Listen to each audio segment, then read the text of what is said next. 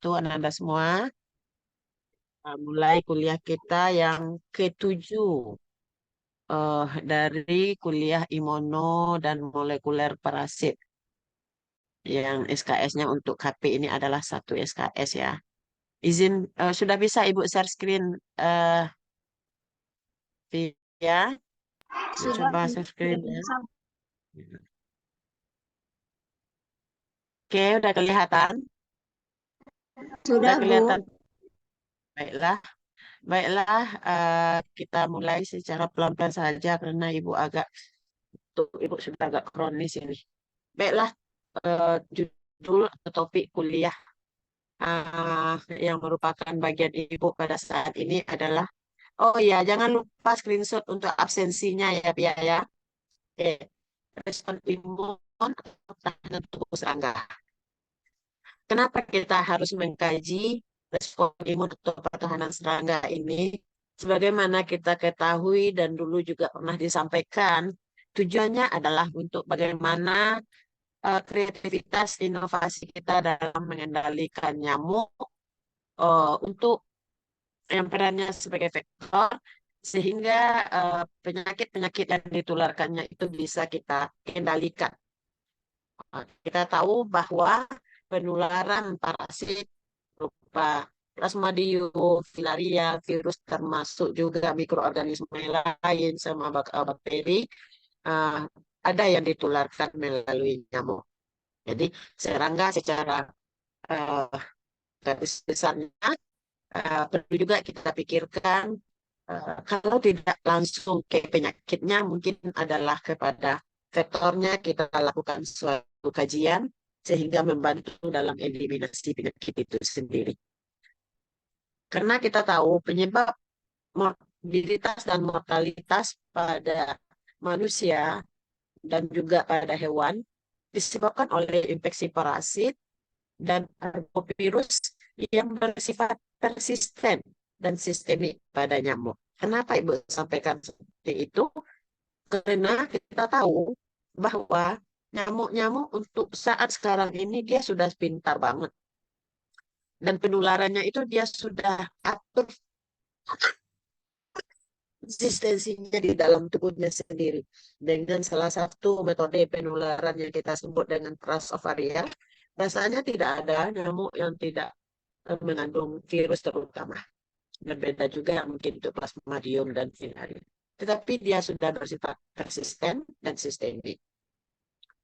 Karena nyamuk telah berevolusi, dia juga membentuk sistem kekebalan yang unik dan efisien yang mengurangi perkembangan patogen dan replikasi virus pada menjadi tingkat patogen. Kita ketahui, respon atau pertahanan tubuh nyamuk berbeda dengan pada tubuh manusia atau hewan tingkat tinggi. Dia tidak mempunyai respon imun adaptif, tetapi dia punya respon imun seluler dan humoral.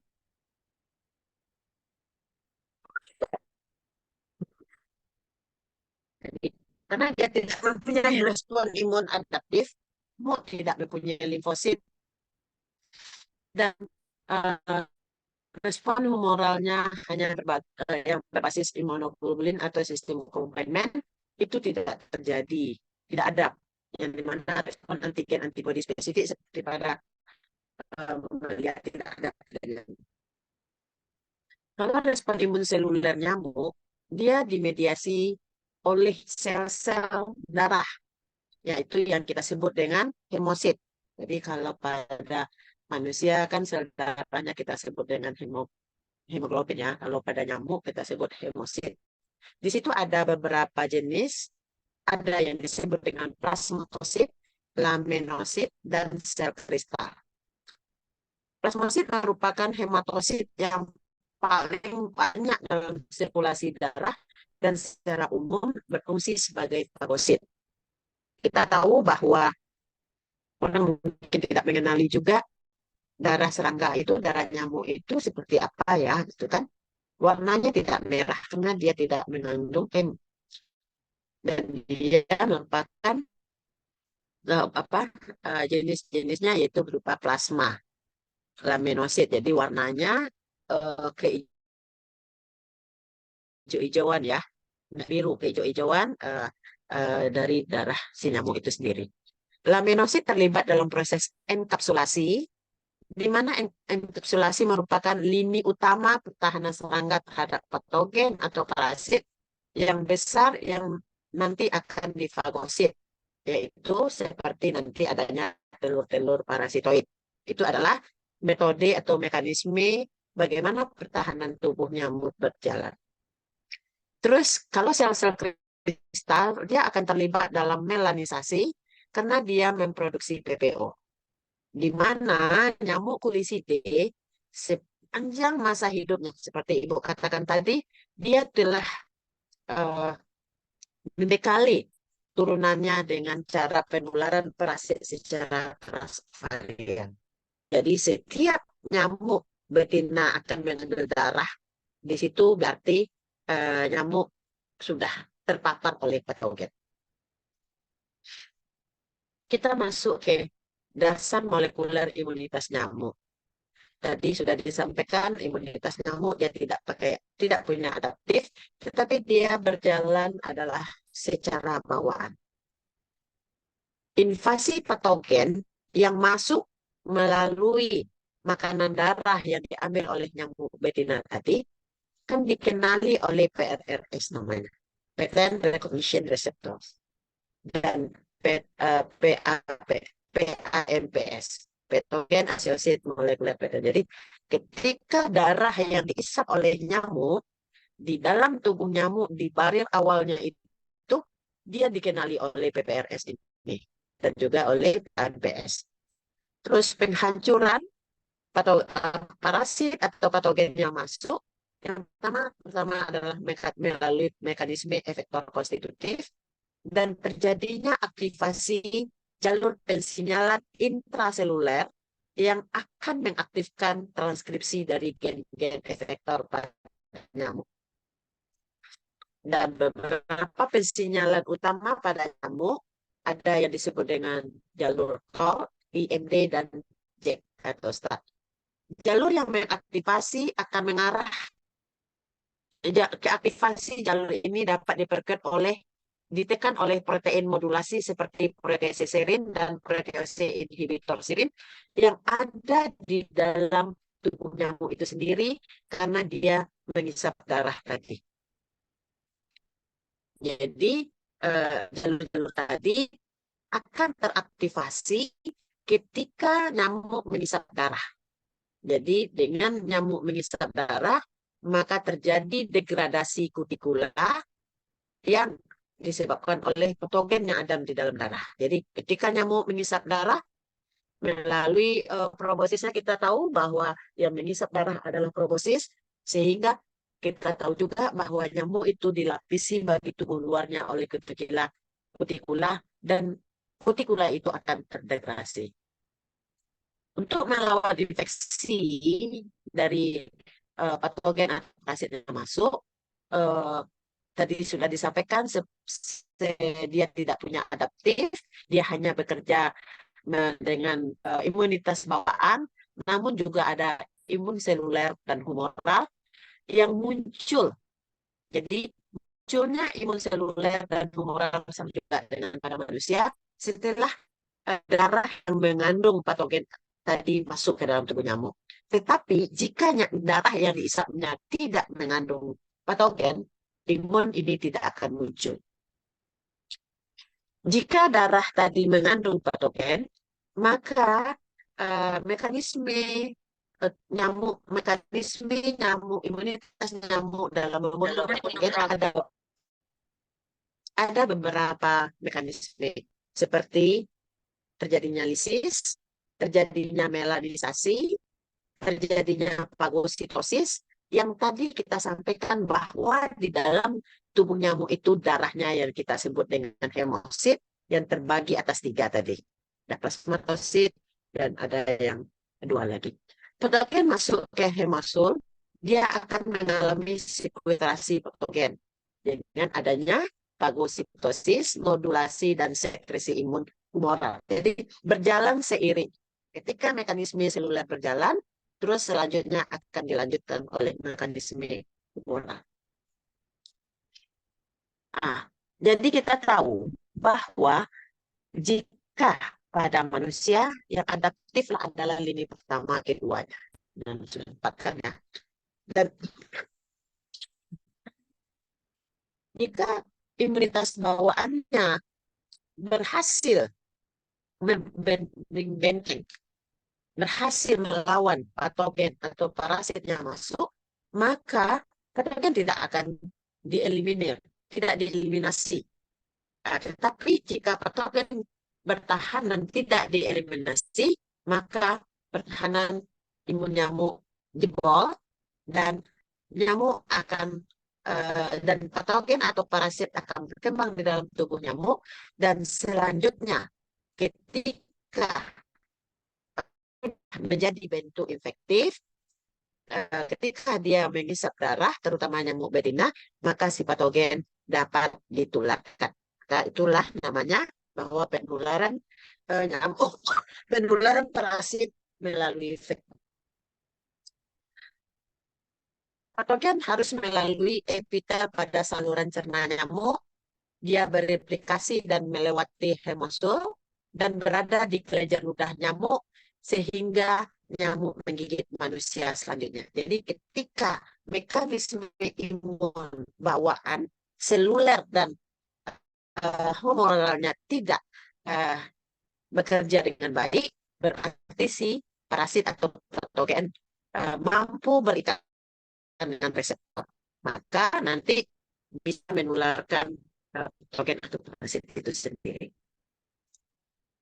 Patogen berada pada 3 kompartemen utama pada nyamuk. Kita tahu bahwa semua parasit, semua patogen baik pada nyamuk maupun pada tubuh manusia selalu berada di dalam usus.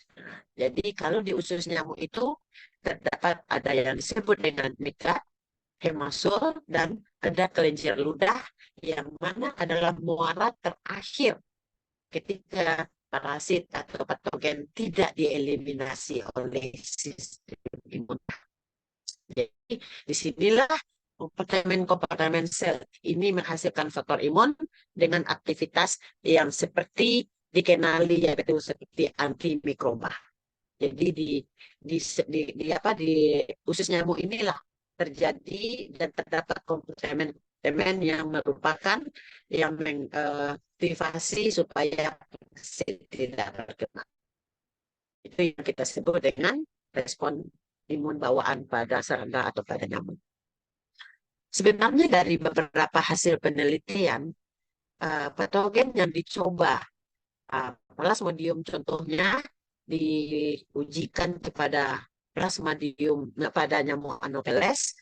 Jika sistem imunnya bekerja, kalaupun tidak menghambat secara tuntas perkembangan dari plasmodiumnya, namun di dalam tubuh nyamuk sebenarnya plasmodium bisa kehilangan parasitnya sekitar 5-100 kali lipat pada saluran cerna nyamuk. Jadi hanya sedikit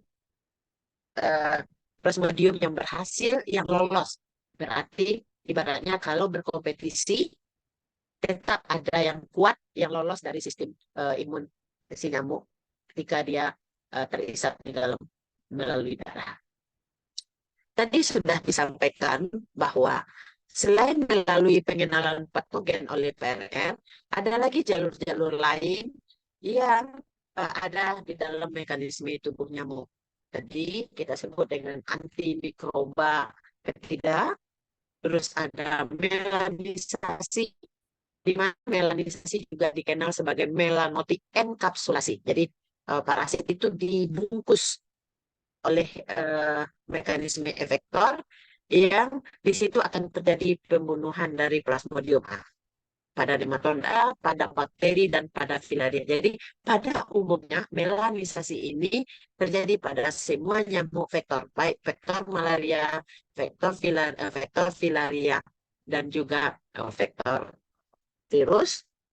Mungkin pada virus ada tambahan-tambahan lain karena virus mempunyai karakter-karakter berbeda dari parasit yang dari protozoa dan nematoda ini. Tapi untuk bakteri bisa. karena ini merupakan antimikrobanya.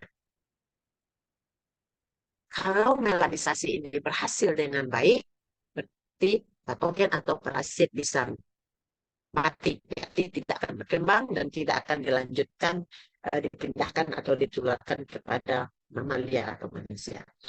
Berikutnya ada komponennya, yaitu nitrik osid adalah radikal bebas yang multifungsi. Terus ada tadi kita sebut dengan fagositosis, di mana fagositosis ini mempunyai fagosom yang dia akan bergabung dengan enzim-enzim lisosom dan hidrolitik sehingga akan mencernahkan partikel-partikel dari parasit atau patogen yang terhisap melalui darah tadi. Di sini kita bisa lihat di gambar ini ada beberapa respon imun dari mekanisme penghancuran dari patogen itu sendiri. Ada yang lisis, ada yang fagosit, ada yang melanisasi. Nah, melanisasi ini adalah di mana ini adalah pada usus nyamuk, nah, bisa menghancurkan si parasit. Pada adanya genosit pada mikatnya juga akan bisa terjadi mekanisme melanisasi. Jadi parasit akan hancur dan juga terjadi pada saluran kelenjar atau kelenjar ludah nyamuk dengan adanya beberapa komplemen akan membentuk granulosit. Di situ akan terjadi fagositosis. Nah, ini adalah yang humoral, sedangkan ini adalah yang seluler. Jadi di dalam tubuh nyamuk juga ada beberapa lemak-lemak tubuh yang mungkin sangat berpengaruh juga dalam mekanisme atau pertahanan tubuh nyamuk. Jadi ini adalah bagaimana mekanisme imun parasit terjadi, yaitu pada mekanisme seluler dan humoral. Jadi ini terjadi pada hemosom, granulosit, dan hemosit serta lemak tubuh nyamuk juga berperan. Dosis setengah sudah dikatakan tadi bahwa akan terjadi lisis dan melanisasi atau ektosaturasi. Jadi sebenarnya di lini terakhir perjalanan parasit yang akan ditularkannya ke manusia sebagai host space masih berperan respon imun. Karena di sini ada beberapa kompartemen yang akan mencoba si parasit untuk tidak eksis. Namun kalaupun bekerja dengan baik, parasit tidak akan berkembang banyak. Jadi itu mungkin mengurangi jumlah parasit yang diinfeksikan sehingga sesampainya di host, host juga akan melakukan respon imun sehingga jika respon imun host kuat, tentu penyakit tidak akan berkembang dan hostnya tidak akan menjadi sakit. Nah, kalau ini adalah mekanisme antiviral pada midgut nyamuk. Antiviral berarti ini terjadi pada nyamuk Aedes. Salah satu contohnya yang berperan sebagai vektor arbovirus. Midgut merupakan organ pencerna makanan dan penyerapan nutrisi, merupakan pintu masuk untuk virus. Jadi setelah diisap darah oleh proboscis, kutikulanya rusak tadi, terus dia akan masuk ke dalam lumen midgut. Pada waktu yang sama, sistem kekebalan mulai menekan virus. Di sini beberapa peran antiviral akan bekerja pada midgut. Termasuk di situ adalah siRNA ya, yang ada di dalam midgut nyamuk. Penyebaran virus pada nyamuk itu sendiri karena virus bisa ditransovariankan akan sangat tergantung ke beberapa hal. Yang pertama, apabila virus menginfeksi sel epitel midgut, maka virus dapat melawan kekebalannya. Berarti dia akan bisa menembui reseptornya dan dia akan bereplikasi. Ketika dia melewati MAB atau midgut escape barrier untuk lanjut masuk ke hemasol. Di sini virion juga akan melalui hemosul dan akan sampailah dia di hemolit. Jadi antara parasit yang tadi Plasmodium, bakteri, nematoda, dan filaria berbeda mekanisme bagaimana dia menginfeksi faktor itu sendiri. Jadi antivirus, kalau tadi seperti antimikroba, sedangkan kalau untuk virus, dia mekanisme antiviral yang terjadi di pada mereka. Jadi selain virion tadi, jadi virion itu merupakan bagian terkecil dari virus yang merupakan bahan aktifnya, melewati lamina basalis membrane tadi, maka virion akan menyebar ke hemosul. Jadi dia mempunyai suatu reseptor. Jadi kalau reseptor ini kita lumpuhkan, berarti virus tidak akan sampai ke hemosul. Sirkulasi hemolin pada nyamuk akan membantu virus masuk ke jaringan lain seperti adanya lemak dan kelenjar salivah. Jadi mekanisme-mekanisme yang terjadi pada berbagai jenis nyamuk itu sebenarnya memang sangat berbeda.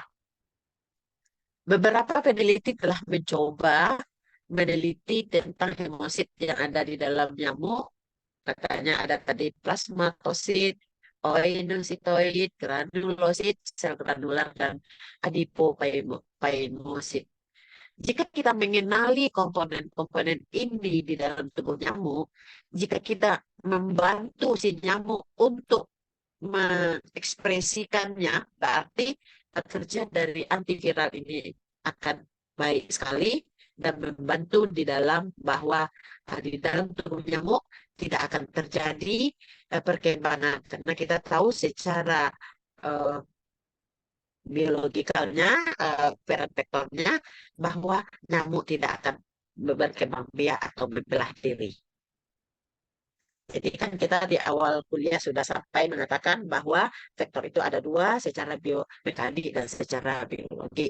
Yang secara biologi, kalau untuk virus, dia akan membelah diri dan tidak berubah bentuk. Jadi mekanisme-mekanisme yang berjalan ini akan dibantu oleh beberapa komponen yang ada di hemosul ini. Yang mekanismenya merupakan mekanisme antiviral. Pada nyamuk Aedes sudah didapatkan beberapa kompartemen, yaitu seperti ASRT dari Aedes aegypti, yang itu merupakan reseptor pengenalan pola untuk mengidentifikasi virus. Dan inilah gen inilah yang berperan untuk mendekatkan atau menemukan si virus dengan reseptor pada nyamuk. Jadi kita tahu bahwa reseptor itu adalah tempat melekatnya. Jadi suatu agen jika bertemu dengan reseptornya, tentu dia akan berkembang. Tetapi kalau kita hambat perkembangan itu dengan mengekspresikan beberapa komponen, tentu tidak akan berkembang dengan baik. Protein ASRC katanya terdapat di sepanjang hemolim, dan reseptor pengenal pola ini akan diidentifikasi dan ditangkap oleh virion secara invasif.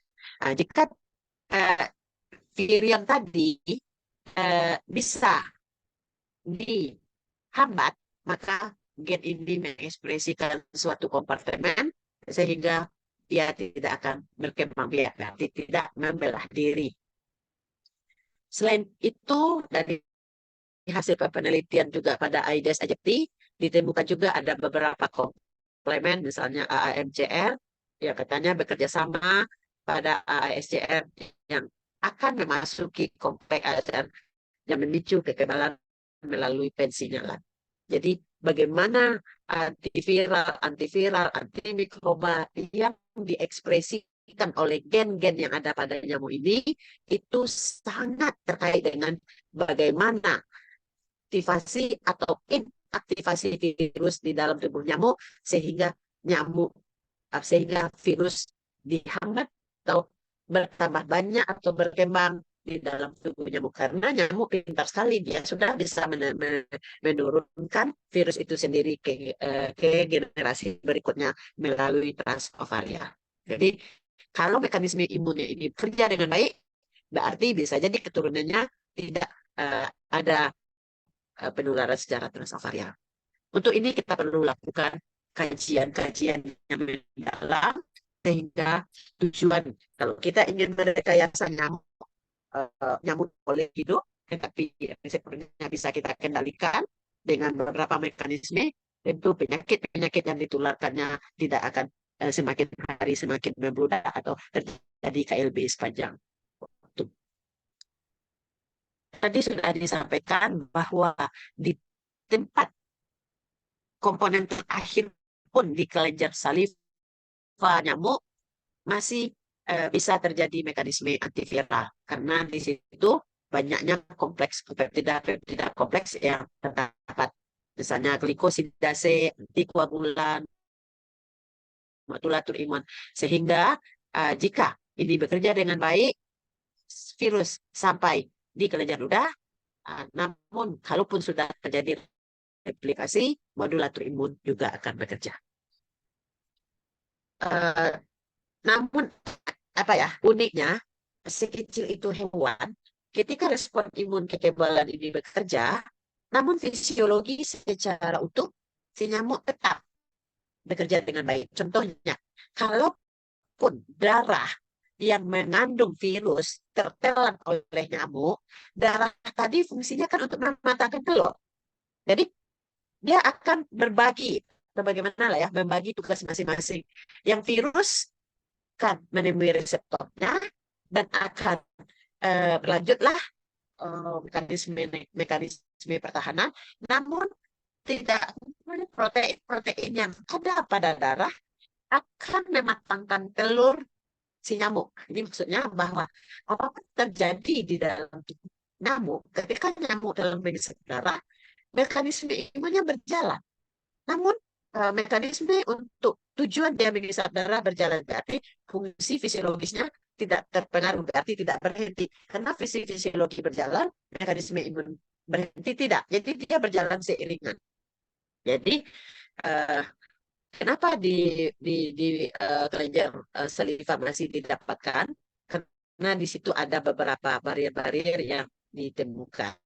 Ada yang disebut dengan SGIB dan SGB. Jadi maksud Ibu memperkenalkan ini secara mendasar.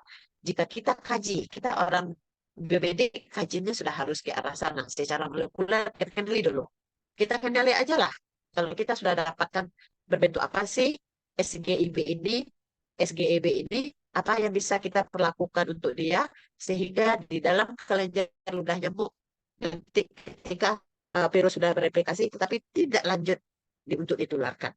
Nah, itu tujuan akhir untuk kajian-kajian yang perlu tindak lanjuti ke depan.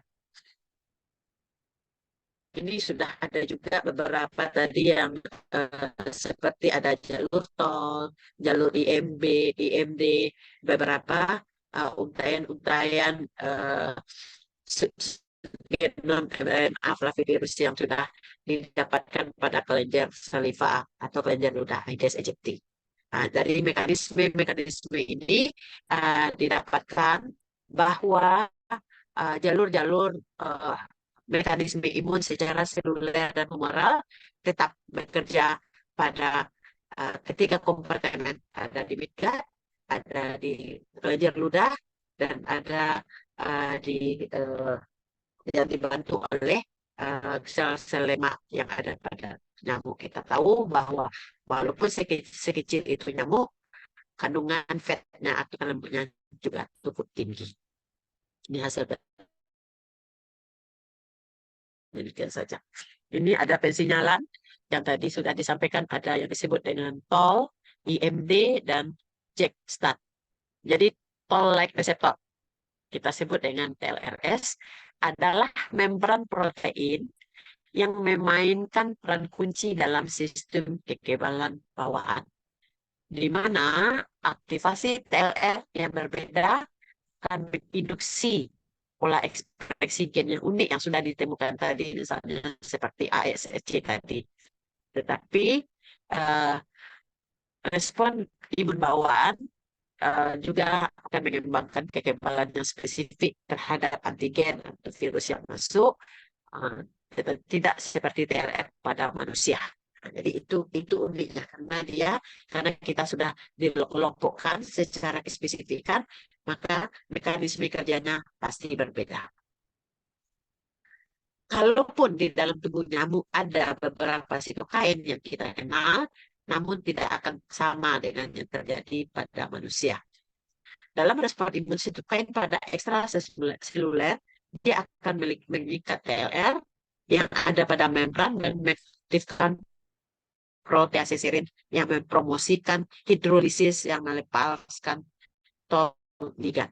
Jadi ini adalah uh, beberapa penelitian yang memicu bagaimana untuk melakukan rekayasa nyamuk sehingga mekanisme imun ini bisa digunakan sebagai salah satu cara.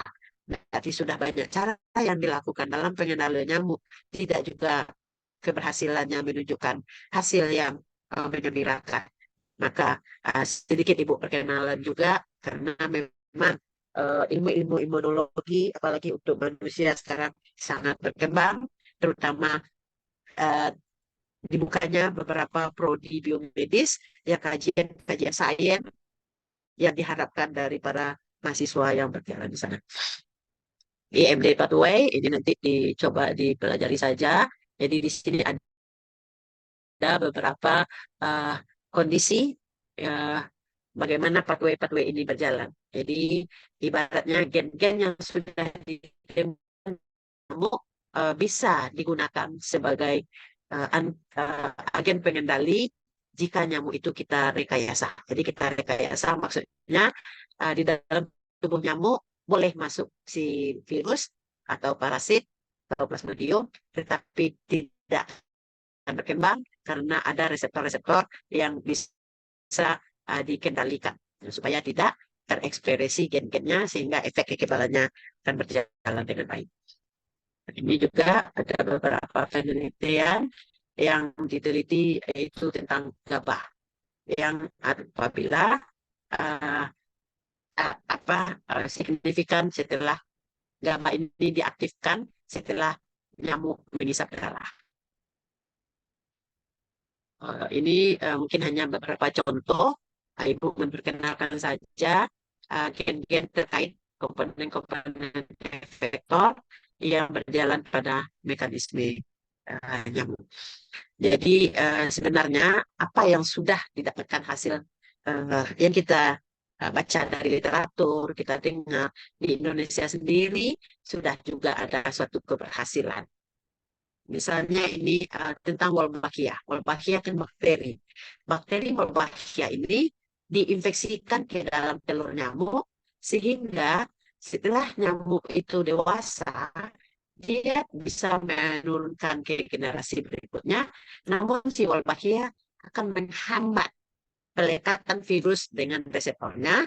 Berarti virus yang ada di dalam tubuh nyamuk tidak akan atau sedikit atau tidak bisa ditularkan ke hostnya. Sehingga akhirnya akan mengurangi penularan virus pada host, terutama pada manusia. Contohnya penyakit DBD. Juga ini ada jalur JAK-STAT. Dia akan bekerja di sitokain ekstraseluler di jalur RNA interferen dan dengan kita mengenali merekayasa pada jalur pensinyalan pada pertahanan nyamuk dari anti dan V ini, dia akan bekerja pada RNA interferen sehingga kerentanan dari Aedes aegypti bisa menghambat atau reseptornya tidak bekerja untuk berdekatan dengan virus.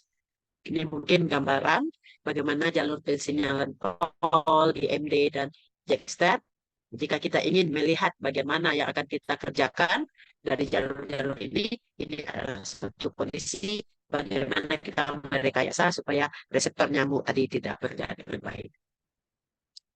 Ada juga yang kita kenal dengan interferensi RNA, karena Ibu yakin bahwa mata kuliah molekul populer lanjutan yang diberikan oleh beberapa pakarnya sudah sampai ke referensi sekalian. Bagaimana mengenalinya itu merupakan hal yang sudah kalian dapatkan dari mata kuliah kuliah lain. Di sini Ibu hanya memperkenalkan yang di dalam nyamuk adalah begini. Ya, jadi ini ujung-ujungnya adalah kita merekayasa nyamuk. Mir and Pathway juga beberapa agen-agen gen-gen yang sudah ditemui antara vektor dan arbovirus yang merupakan kekuatan protein juga sudah didapatkan melalui beberapa jalur ini. Ini ada Pico RNA juga. Ini hanya pengenalan kalau Anda sekalian berminat nantinya untuk memperdalam. Tapi Ibu rasa ini hanya pengenalan ke S1, kalau lanjut ke S2, ke S3, baru hal ini bisa dikaji lebih dalam. Ini sedikit juga menarik pada akhir-akhir ini, yaitu adanya mikrobiota usus. Mikrobiota usus dikenali sekarang pada tubuh manusia, karena dia sangat berperan dalam baik pertumbuhan maupun di dalam mekanisme-mekanisme penyakit degeneratif, penyakit infeksi. Ternyata beberapa mikrobiota usus itu juga ada pada usus hewan, termasuk pada serangga. Tanpa mikrobiota usus, banyak sekali hewan dan manusia tidak bisa hidup sehat. Jadi, disitulah keseimbangan yang terjadi di alam ini.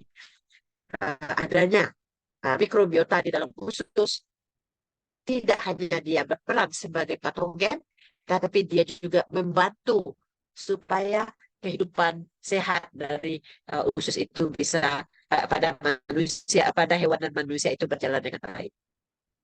Ini ada ya. Nyamuk memiliki lumen usus, dia mengandung beragam populasi bakteri yang bervariasi. Jadi mikrobiota usus, ada bakteri baiknya, ada bakteri jahatnya. Dengan ada bakteri jahat, berarti dia semua ciptaan Allah itu ketika dia ada yang baik, berarti diciptakan antinya. Nah, makanya mekanisme yang berjalan tadi itu disebut adanya dan itu tidak hidup.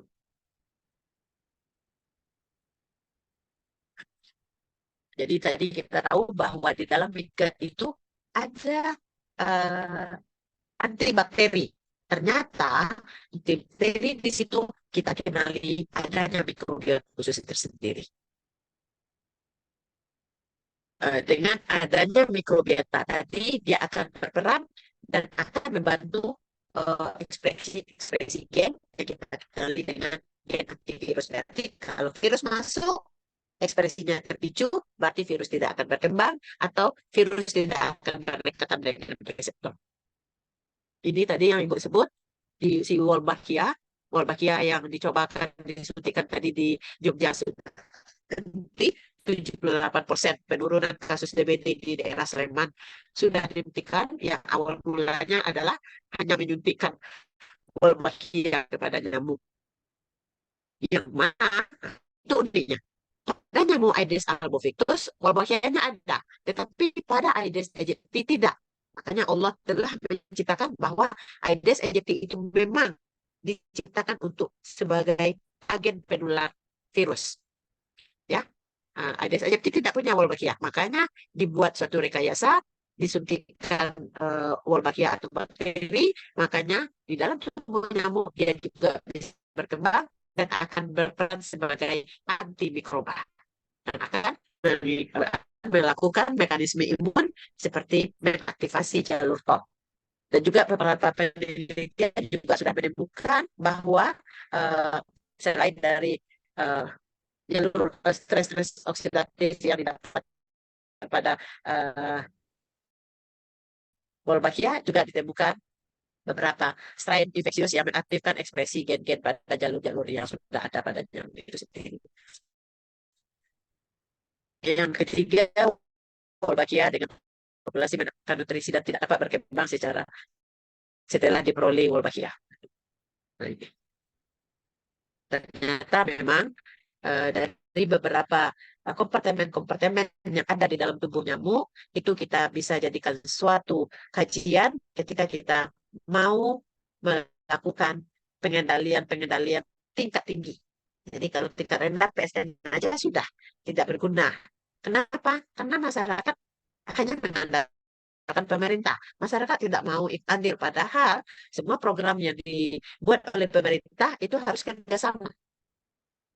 Pemerintah ya program dan itu dikerjakan secara holistik. Maka alternatif masa depan, jika memang masyarakat kita tidak mau peduli juga akan penyakit tetap akan berkembang, kajian ilmiahnya adalah seperti bahan-bahan yang Ibu berikan ini.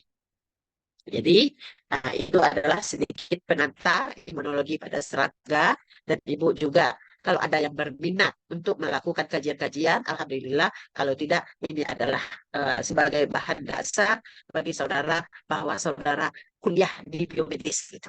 Kalau anak kedokteran, Ibu tidak kasih ini. Kedokteran dia tidak kaji ini karena dia akan menjadi profesional dokter, dia tidak menggunakan. Tapi kalau biomedis, dia akan bekerja sebagai seorang ahli biomedis dan akan melakukan kajian-kajian research. Nah, kajian-kajian research inilah bahan tadi Ibu berikan. Jadi tadi sudah di awal sudah Ibu sampaikan, ini mungkin bisa dimanfaatkan juga jika ada event-event di dalam di nasional maupun internasional untuk mengkaji beberapa kajian respon imun pada serangga. Karena ini juga ditunggu-tunggu oleh dunia, oleh beberapa lembaga-lembaga. Generasi mudanya sudah mulai melakukan suatu lompatan kreativitas inovasi dalam kajian-kajian masa depan yang harus dilakukan dalam yang tujuannya hanya mengendalikan vektor supaya penyakit infeksi yang di daerah tropis sampai saat ini jangankan berkurang, tetapi tetap akan menjadi peningkatan, apalagi terjadi global warming, jadi suhu iklim, kondisi bumi itu tidak baik-baik saja.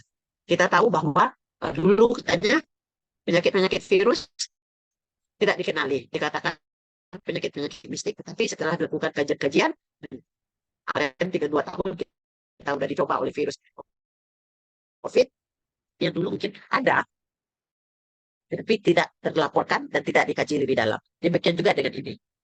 Berhubung karena kuliah kita hanya 1 kali, sedangkan respon imun serangga baik pada manusia banyak yang harus disampaikan. Untuk itu Ibu memberikan tugas, jumlahnya berapa semua?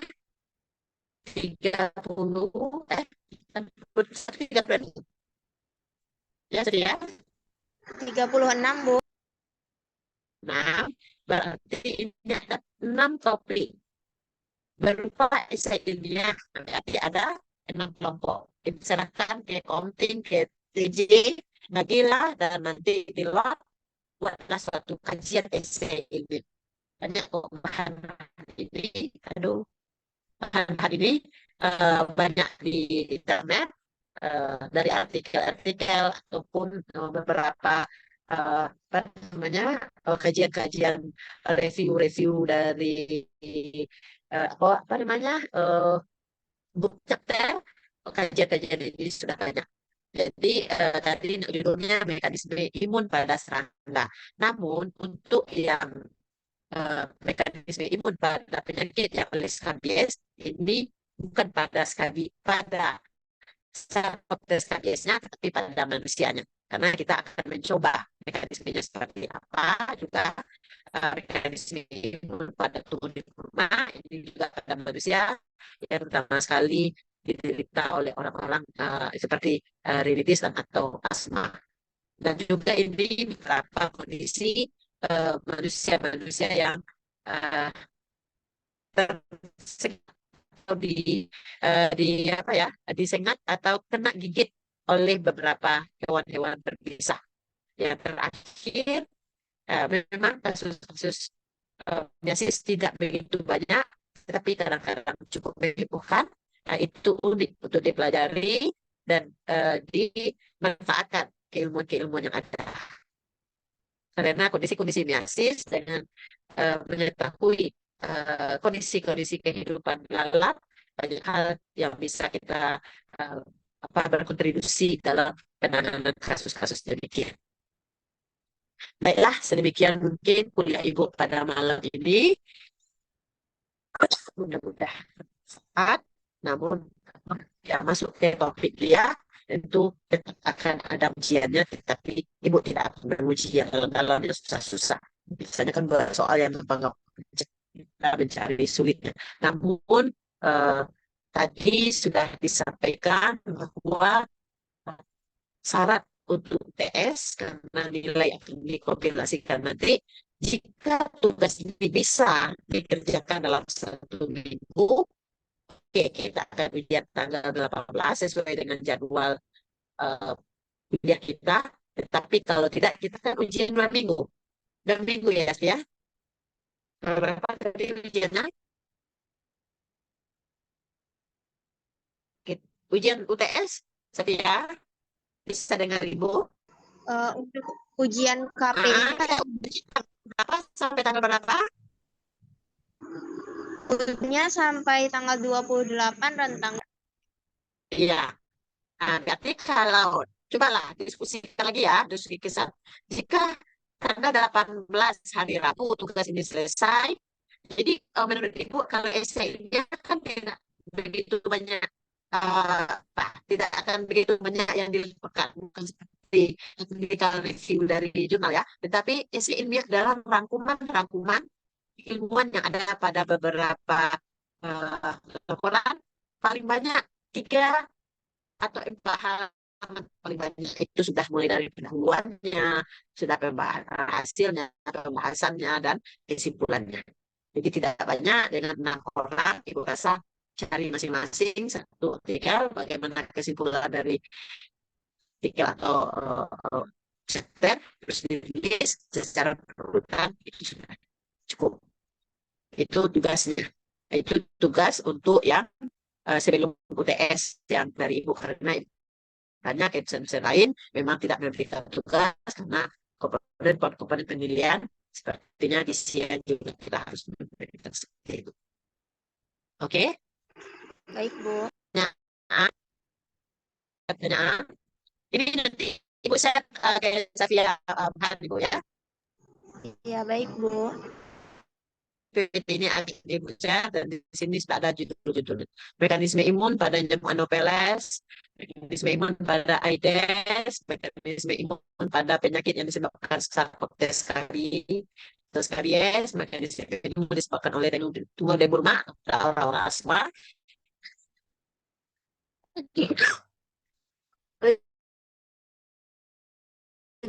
Terus akibat racun. Ini misalnya hebat, penyengat, kelabang, kelajengking. Kalau dapat semuanya bagus, tapi kalau hanya beberapa cukup untuk mewakili. Terus ada beberapa kasus terkait meiosis. Ibu ulangi, meiosis adalah investasi larval ya. Jadi penyakit yang disebabkan oleh larva. Nah, dulu sudah ada pilihannya di semester 4, mungkin bisa diulangi lagi. Nah, carilah kasus-kasus dan bagaimana penanganan kasus itu sehingga ilmunya bertambah. Oke, ada pertanyaan? Ibu, ada pertanyaan? Mungkin sudah cukup, Bu. Oh, sudah cukup. Nggak ada pertanyaannya. Oke, demikian sebenarnya juga waktunya pas banget, 50 menit. Nah, jadi nanti Safia kapan bisa mungkin memberi kabar ke Ibu bahwa tanggal 18 ujian supaya Ibu tidak tergesa-gesa nanti menyiapkan soal dan meminta ke dosen-dosen kuliah yang lain. Kapan kira-kira? Besok bisa? Secepatnya, Bu. Mungkin besok pagi atau siang bisa, Bu. Iya, WA saja Ibu. Terus tadi Safia juga atau yang lain juga bertanya untuk praktikum pada hari Jumat ya? Iya, Bu. Berapa orang angkatan 2021 ini yang akan pergi AT? Berangkatnya jam berapa sih? Perkiraan setengah dua, Bu. Kita praktikumnya jam 2. Soalnya kalau mau ditunda lagi praktikumnya, orang sudah UTS. Kapan lagi kita mau ujian UTS praktikumnya? Itu yang Ibu pikirkan. Berarti dikasih izin sajalah yang pergi.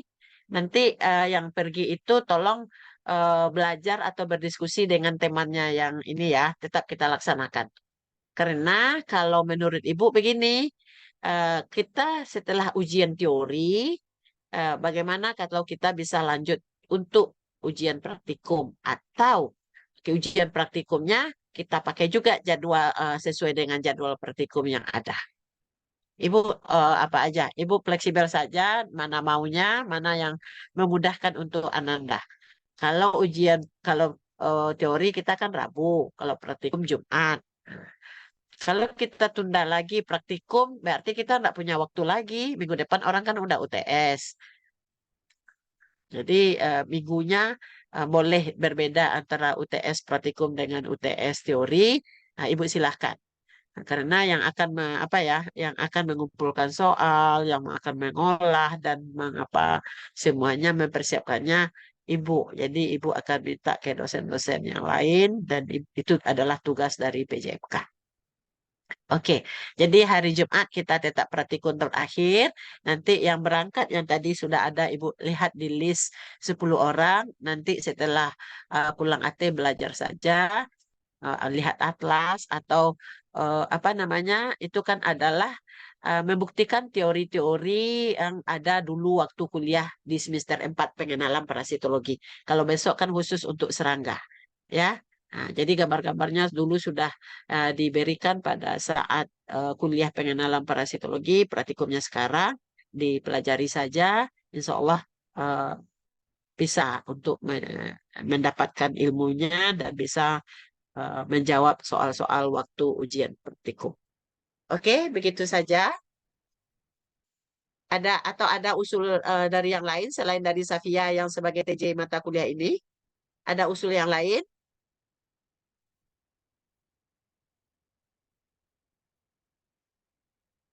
Gimana?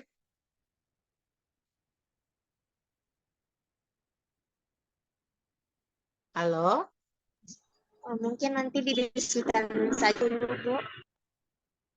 Oh, diskusikan saja dulu baru berkabar ke Ibu besok atau besok pagi atau besok siang ya.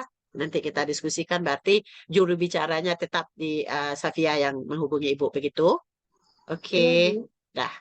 Kalau tidak ada pertanyaan, berarti kita telah menyelesaikan semua tugas sebelum UTS. Semoga ujian-ujian yang akan Ananda lakukan berjalan dengan baik, yang ujung-ujungnya paham akan keilmuannya dan akan berefek kepada nilai yang didapatkan sesuai dengan targetnya. Semoga bermanfaat dan mohon maaf jika Ibu salah kata, salah ucap dan tidak sempurna dalam penyampaian materi ini.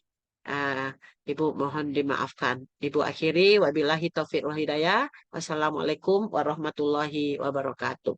Absennya sudah jadi tadi di apa di screenshot ya. Sudah, Bu. Nanti ya, berita acaranya yang mengisikan Safia atau Ibu saja, Bu? Oh, Safia aja nanti. Baik. Nanti kita kan di ujian hukum juga di ujian teori juga. Jangan lupa sekali lagi ya, buku panduan gambar praktikum kemarin sudah ditanyakan, yang digambar cukup yang dipraktikumkan. Yang tidak ada di praktikum tidak usah digambar dan ciri-ciri khas yang dibuat ya, seperti yang Ibu sampaikan kemarin.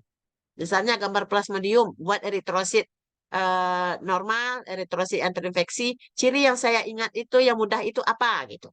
Tidak dibuat pula semua dari keterangan gambar yang sudah ada. Oke? Oke, Ibu. Kalau begitu Ibu pamit dulu. Ya, sekali lagi Assalamualaikum warahmatullahi wabarakatuh. Selamat istirahat dan belajar. Ibu pamit dulu ya. Ya, Ya, terima kasih. takut lift.